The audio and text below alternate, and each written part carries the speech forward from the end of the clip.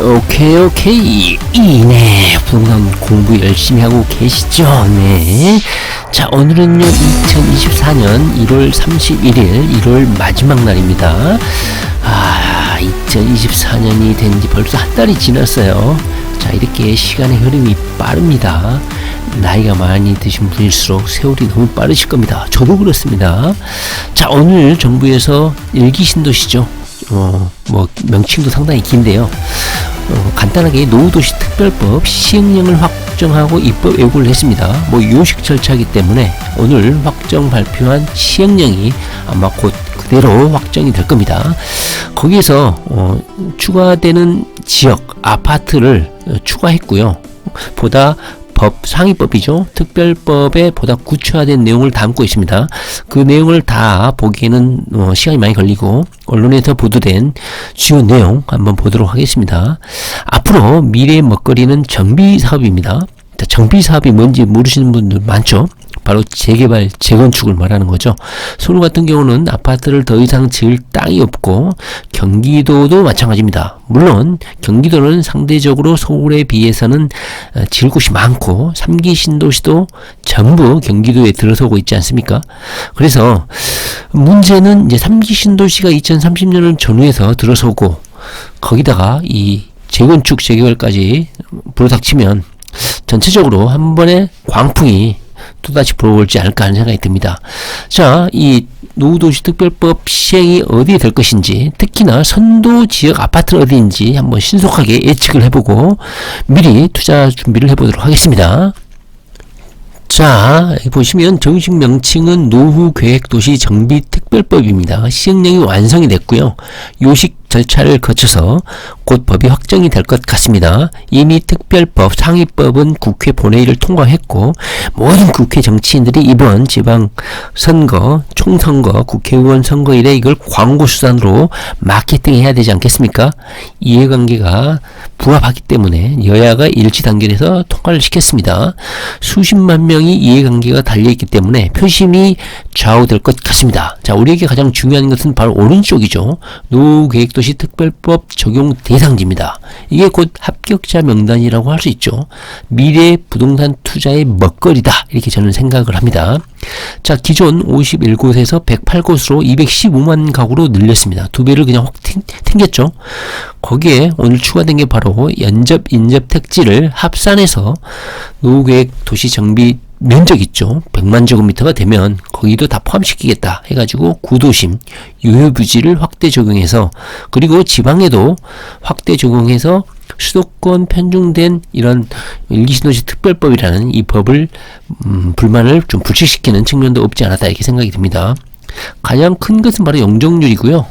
그 다음에 안전진단 면제죠. 이거는 제가 지난 시간에도 누누이 광제를 했기 때문에 다 알고 계실 거라고 생각합니다. 적시된 시행령에서는 법적 상한의 1.5배의 범위에서 용적률을 상향시키겠다, 이 내용이었죠.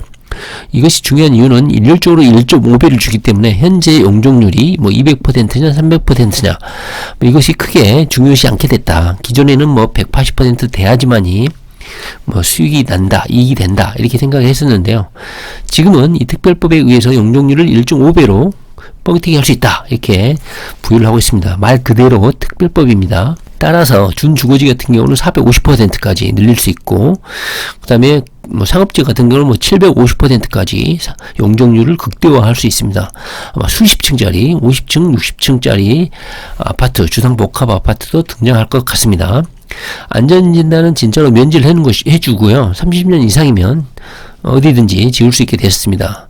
다만 거기에 이제 인구가 많이 늘어나고 가구수가 늘어나면 교통이 혼잡해지고 녹지도 많이 줄어들겠죠. 하기 때문에 공공기여를 해야 되는데 평균적으로 약 30% 정도 아마 기여분이 증가분이죠. 용적률 증가분에 합당한 공공기여를 해야 되지 않을까 싶습니다. 특별법과 이 시행령은 아마 2024년 4월달부터 시행되지 않을까 싶습니다. 자, 우리에게 가장 중요한 것은 바로 적용 대상 아파트죠. 이걸 부착해서 암기를 좀 하시기 바랍니다. 오늘 시행령에서 확대된 지역은 바로 용인수지, 고양행신, 수원정자 이게 부각이 됐습니다. 경기도 한번 보시기 바랍니다. 이게 포함이 됐죠. 그 다음에 서울시 같은 경우는 원래 일기 신도시 특별법 적용 대상은 아닌데 노도시라는 미명하에 서울도 포함이 됐죠. 그야말로 여기는 중요한 지역이 됐습니다. 개포동, 목동, 고덕, 상계, 중계, 중계2, 수서, 신내 거기에 오늘 가양이 포함이 됐습니다. 가양은 축복받았죠. 매우 중요합니다. 그 다음에 우선순위죠. 여기에 워낙 투자할 곳이 많기 때문에 거의 노다지라고 할 수 있는데 옥석을 가려야 될 거 아니겠습니까? 돈도 없고 정해진 예산 안에서 일단은요 이 100만 제곱미터를 기준으로 투자 지역을 선정을 해야 될 것 같아요. 이 하얀색 이것은 단독으로 100만 제곱미터가 넘기 때문에 거의 100% 이 법에 적용 대상이 되고 우선 추진될 가능성이 높습니다. 따라서 여기 경기도는 여기, 서울 같은 경우는 여기, 인천은 9월 연수 계산, 전라도 같은 경우는 여기, 제주도, 경상도, 충청도 이 하얀색을 먼저 우선해서 신경을 좀 써셔야 될 것 같아요. 단독으로 100만 제곱미터가 넘는다는 거예요. 제가 생각하기에는 우선 수도권 중심으로 추진이 될 거예요. 이 100만 제곱미터 이상의 택지를 중심으로. 그런데 지방이 워낙 신경이 쓰일 수밖에 없죠. 그러다 보니까 지방에서도 여기 가장 면적 큰 거 위주로 한번 보시고요. 여기 노란색, 주황색은 여기 보시면 2개 이상이 연접해서 된 경우고요. 이 주황색 같은 경우는 단독으로는 100만원 안 되지만 80에서 100만 사이의 대형 택지지구니까 제 생각에는 이 하얀색, 주황색, 이 노란색 이 순서대로 관심을 가지면 되지 않을까 하는 생각이 듭니다. 우선순위입니다. 관심을 가져야 될 우선순위. 그리고 이 지역 내에 아파트는 고론이 안 되어 있기 때문에 오른쪽 지역 중에서 동일 건축년 한 30년 이상 아파트가 밀집된 지역을 시간을 내서 본인이 공부를 해야 됩니다. 자, 그렇다면 우리는 어디에 신경을 써야 될까? 바로 선도지구에 올인해야 된다. 저는 그렇게 생각합니다. 왜냐하면 이 일기신도시 특별법, 노도시 특별법 이 개발이 과정이 20년 정도 저는 걸릴 거라고 생각이 들거든요. 50대는 70살이 금방 됩니다. 40대는 60살 금방 되고 제 생각에는 40대 이하라면 이 투자 지역을 공부해서 차근차근 투자하는 것을 권해드리고 싶은데요. 40대 중반 이후라면 쳐다보지 마시고요. 이번에 올 연말에 발표할 정부의 선도지구에 올인하는 게 맞다 이렇게 생각이 듭니다. 한국의 건강 나이는 68세고요. 70세 전후의 사망을 시작합니다. 뭐 100세 시대 100세 시대 이건데요. 이거는 환상이고 희망입니다. 실제로 건강하고 아프지 않는 나이는 68세입니다. 현재. 그래서 68세가 지나면 그때부터 본격적으로 아프기 시작한다는 거예요. 그때는 돈이고 뭐고 투자고 뭐고 신경 쓸 수가 없습니다. 그때부터는 이제 거의 건강과의 사투가 되기 때문에 너무 탐욕을 부리지 않도록 해주시기 바랍니다. 그래서 40대 중반이다 나이가 그러면 올 연말에 발표할 선도지구 일기신도시 특별법 선도지구 그래서 60대에 투자를 마무리할 수 있는 그런 루트를 계획을 하시는 게 낫지 않을까. 속도전이고요. 선도지구는요 가장 모범적으로 정부에서 밀어붙일 거예요. 그래서 투자자들이 그다음에 투기꾼들이 이 선도지구에 몰려들 때 던지고 현금화한 다음에 여기를 탈출해야 되지 않을까. 불이 붙을 때 팔고 나와야 되지 않을까 하는 생각이 듭니다. 자, 어디에 선정이 되는지 관심을 가지시고요. 아까 말씀드렸듯이 선도지구에 올인을 해야 되는데요. 자, 그렇다면 우리 장인 장모님들, 우리 오빠들은 40대 중반 왔다 갔다 할 것 같아요. 그래서 선도지구에 올인을 해야 되는데 그렇다면 선도지구 아파트는 어디가 선정될 것인가? 초미의 관심사입니다. 제가 보기에는요 당분간 5년 10년 안에는 선도지구 아파트 이외에는 일기신도시 뭐 개발 못할 거예요. 왜냐면 워낙 초대형 사업이기 때문에 뭐 다른 아파트를 거들떠볼 관심 가질 여력이 안 된다. 정부 예산도 있고 정부 행정력도 있지 않습니까? 물론 지방자치단체가 협업을 하게 되겠지만 제 생각에는 이 선도지구 아파트 아니면 40대 중반 이후로는 너무 촉박하기 때문에 너무 장기간이고 그래서 여기만 신경 쓰시면 될 것 같다. 일산하고 분당 같은 경우는 워낙 아파트 세대수가 많기 때문에 정부에서 다른 일기 신도시는 한 개씩만 선도지구를 선정하겠다고 하는데 일산하고 분당은 두 개씩을 선정한다고 합니다. 그러니까 그만큼 확률이 상당히 높죠. 일단은 노후 계획도시 선도지구 지정 기준은 여러 번 공부를 했지만 여기 순서대로 되어 있습니다. 가장 중요한 게 일단 주민 참여도입니다. 그 다음에 노후도, 도시 기능 향상, 확산 가능성인데요. 제가 보기에는 이게 가장 중요하거든요. 주민 참여도.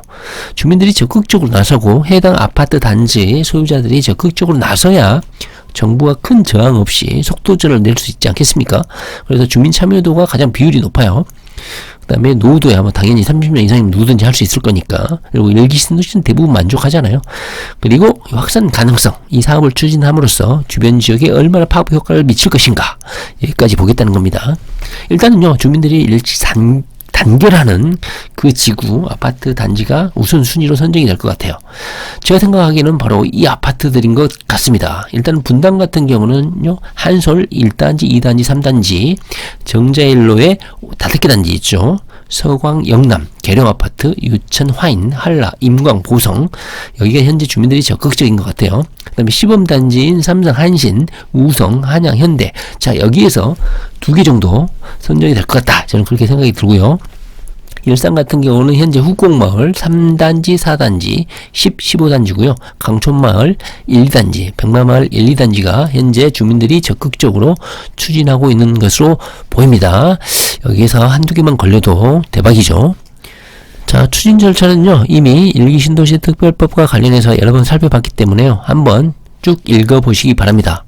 일단은 정부가 적극적으로 도와주고 방침과 계율을 설정해주고 행정적 지원을 해주면 지방자치단체와 협의해서 시장, 군수, 시도지사 함께 해서 적극적으로 추진하겠다, 이런 내용입니다. 워낙 이것이 큰 사업이기 때문에 정부와 지자체가 합심해서 각종 특례 부여, 통합, 심리, 행정절차 간소화, 이렇게 해서 이것이 신속하게 추진될 수 있도록 하겠다, 이런 현재 그런 절차 구조입니다. 그러나 아까도 살펴봤지만 이것이 200만 가구에 육박하는 초대형 재건축 정비 사업이기 때문에 절대 쉽지 않다. 이주도 해야 되고 대체지도 마련해야 되고, 제가 보기에는 3기 신도시와 한번 같이 계획을 구상해서 할 거라고 생각이 되기 때문에 2030년은 당연히 넘고요. 선도지구 정도만 2030년 언저리에서 아마 시범적으로 추진되지 않을까 하는 생각이 듭니다. 자, 오늘은요, 정부에서 일기 신도시 특별법, 노후도시 특별법 시행령을 확정, 입법 고시를 했기 때문에 어떻게 추진될 것인지, 그리고 우리는 어디에 관심을 가져야 될 것인지, 40대 중반 우리 언니 오빠들은 어떻게 인생을 마무리해야 될지 한번 살펴봤습니다. 자, 여기 아파트 가장 주민들이 일치 단결해서 추진하고 있다고 하니까요, 일기 신도시 선도지구가 어디에 선정이 될 건지 계속해서 언론의 추이 한번 공부를 계속해서 해봐야 될 것 같습니다. 저도 선정되기 전에 한 개 잡아가지고 한번 여러분들과 공유를 하도록 하겠습니다. 네, 부동산 공부 열심히 하시기 바랍니다. 감사합니다.